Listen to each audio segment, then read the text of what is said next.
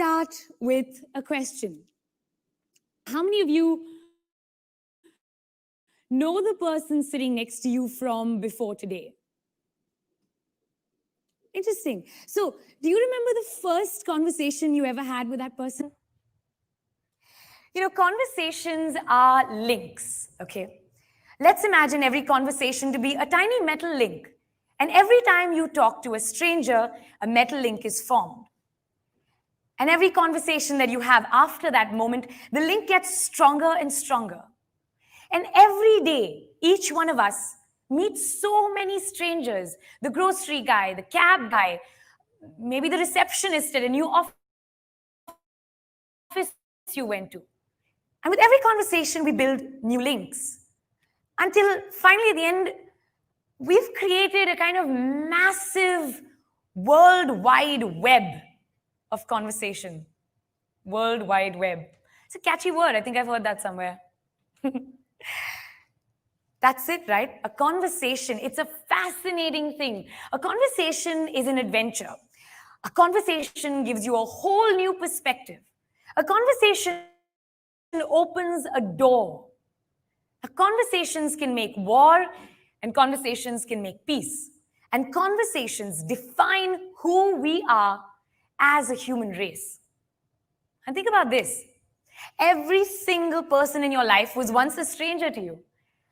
And you knew nothing about them until you had that first conversation. So I'm here today to tell you to talk to strangers and to have a conversation.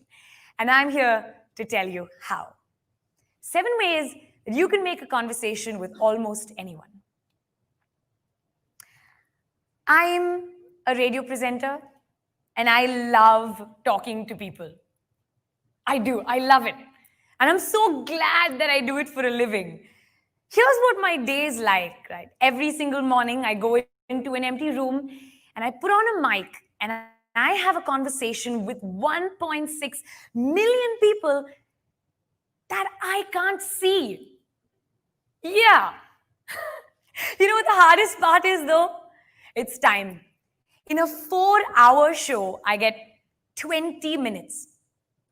That's all the talk there is. And in 20 minutes, I have to convince you that I am your best friend. How do I do that? How do I establish a connection? I have 20 minutes to inform you, to excite you, to engage with you. But most importantly, 20 out of the 20 times that I switch on that mic, I have to leave a smile on your face. Except I can't see you, I know nothing about you, and I have no way of gauging your reactions. How do you do it? How do you talk to a stranger? Well, my 9 years in radio have taught me these simple little tricks. Strangers, they are everywhere. And we've always been told, don't talk to strangers. But I beg to differ. Every stranger comes with an opportunity to learn something new, an opportunity to have an experience you've never had, or hear a story that you've never heard before. And you've had that moment, right? You're in the room with someone you don't know, and you look across the room, you see a stranger, and you think, I want to talk to this person. And you can almost hear the first word, but it just won't come out. It kind of gets stuck about here. It kind of goes up and down, and you don't know. You know what? Here's my advice. Just say it. What's the worst that can happen? They won't talk to you? Well, they're not talking to you now. The first word, floodgates. I truly believe that the first word acts as a floodgate. You know, once you said the first word, everything else just flows. So keep it simple. A hi, a hey, a hello. And do what every good bowler does. Just gather the enthusiasm, the positivity, the energy, put on a big smile and say, hi. I know, there's going to be that strange moment right now. Turn to someone sitting next to you, stick your hand out and say hello. Go on. I love the awkward laugh. Why is she making us do this? The first word, floodgates. Here's a challenge we face every day. Time. We have 90 seconds on radio and we have to make that conversation with a stranger memorable. So how do you do it? What's the biggest challenge? Honestly, if we get stuck in the rut of, hi, hey, how are you? I'm fine. What's going on? Nothing much. Same old. So tell me what's new. There you go. 45 seconds down, wasted. Right? So here's my advice. Skip the small talk and ask a really personal question. And don't be afraid. Trust me. You will be surprised how much people are willing to share if you just ask. So ask any kind of personal question. Maybe, interesting name. How did your parents think of it? Is there a story behind it? Or how long have you lived in this city? And do you remember the first day you landed here? You see, answers to those questions are always something unique, always something personal. My favorite one to try is, where do you come from and where does your family live? Unfailingly, every single time I sit in a cab, I do this. I ask that question. Where do you come from and where does your family live? Let me tell you a little story. I was coming home one night and I get into this taxi, open the door, sit down. I say, where are you from? Where does your family live? And the 60-year-old Pakistani cab driver goes on to tell me all about his life in Peshawar. We talk about politics, we talk about music, family, his wife, his farm. I am the perfect bride for his 26-year-old college-educated son from Peshawar. Passport-sized photograph with this look of enthusiasm. I have to say it was a very difficult goodbye. But the moral of this story really is, what starts with a hello can end with a marriage proposal. And that is a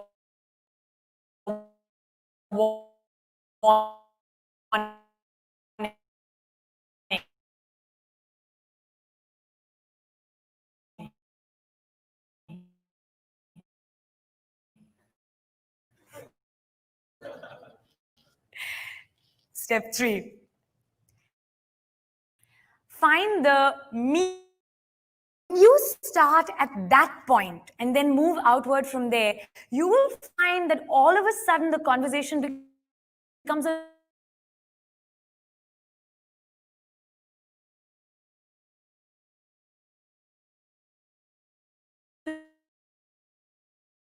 playing. Now, what could you possibly have in common with a stranger, you ask? It could be anything, right? You're both in the same place at the same time. Maybe you're from the same country. Maybe you both like the winter, or you're longing for it to rain. I don't know, you'll find something. When you find me too, you automatically have a kind of buy-in from the other person. Trust me, that's helpful. The people will forget what you do and they'll forget what you say, but they will never forget how you made them feel. Gives a nice, full compliment. So I have this belief about a compliment immunity meter, and it comes from this experience I had when I met this gorgeous supermodel, right? And I look at her and I say, wow, you're beautiful. And there is no reaction on her face. And I think to myself, how? That's when I realized she's immune to the word beautiful. She's probably heard it 100,000 times today. And if she's on social media, she's heard it 1,000,000 times today. There are some words that each of us have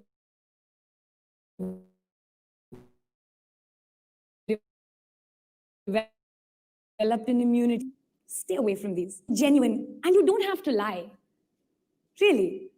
When you look at someone and say, I love how when you smile, it's like your nose smiles and then your eyes smile and your ears smile, even your forehead smiles, and suddenly the whole person is just smiling. You see, I hope that's a compliment you're not going to forget for a while. Pay a unique and genuine compliment. Ask for an opinion. All of us have opinions, trust me, and we all want them to be heard, and everybody wants validation. So go on and ask for an opinion, and that's when you open up a two-way street. That's when the real communication begins. And you will be surprised how much you can pick up about a person just by asking their opinion on something pretty generic. Here's a mistake that some people make. They ask your opinion about something really difficult. It feels almost intimidating. So I'm in a room, very well-informed people, and someone was to come up to me and say, so what do you think about the way the oil prices have affected the real estate market in Dubai? I feel a bit cornered. I feel like I might fail, and this is an examination, and that's the lesson. Nobody needs to fail at a first-time conversation. Just ask something simple. Keep it generic. How do you like your coffee? When was the last time you watched a movie? What did you think of it? And when somebody gives you their opinion, really listen. Don't listen to reply. Listen to listen. There's a difference. And that brings me to my next point. Be present. I know you've been through this. I know I have. You're pouring your heart out to someone, and they're like this. Yeah, go on, keep talking. I can multitask. What's with the Wi-Fi? When someone's trying to communicate with you, the least you can do is really be in that conversation. Just be wholeheartedly present. Just be there. And oh, my favorite part, make eye contact. Trust me, eye contact is where all the magic happens. You can feel the conversation. And trust me, when you're looking at someone in the eye, 9 out of 10 times, they will not dare look away. Right? Now, if only I could look into the eyes of 1.6 million people, I would not have to worry about you guys tuning out during the ad breaks. That brings me to this. My favorite point, because I think it's got a catchy name. Name, place, animal, thing. You remember that game? Remember the little details about a person. Remember their name. It's so important. It's awful when you meet someone for the 18th time and you say, you must be Paul. No, Peter. Something with a P and it ends with...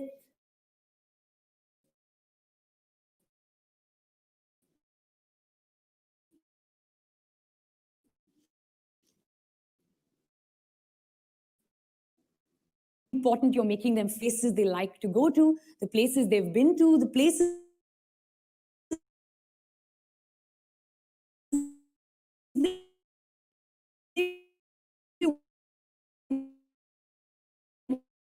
want to go to, depths they like. Remember these little things about people and repeat it back to them. Ask, be genuinely interested, and automatically you kind of become an investor in their well-being. So they feel responsible to you to keep that conversation going. So there we go. 7 amazing ways that you can make conversation with anyone, and 7 reasons why you should use the break that's going to come up to talk to a stranger that you don't know.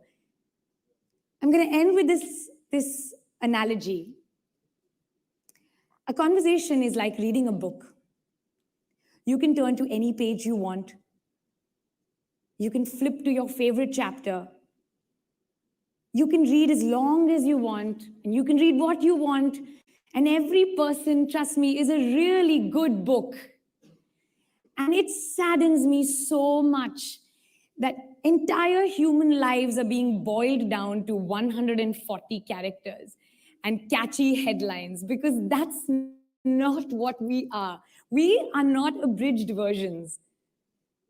We are entire human stories. We deserve more from each other. So what are you going to do in this big world that we call the library? Are we going to walk around and look at the hardbound copies and read the titles? Or are you going to actually reach for a book Open a page and start reading a story. You decide. Thank you.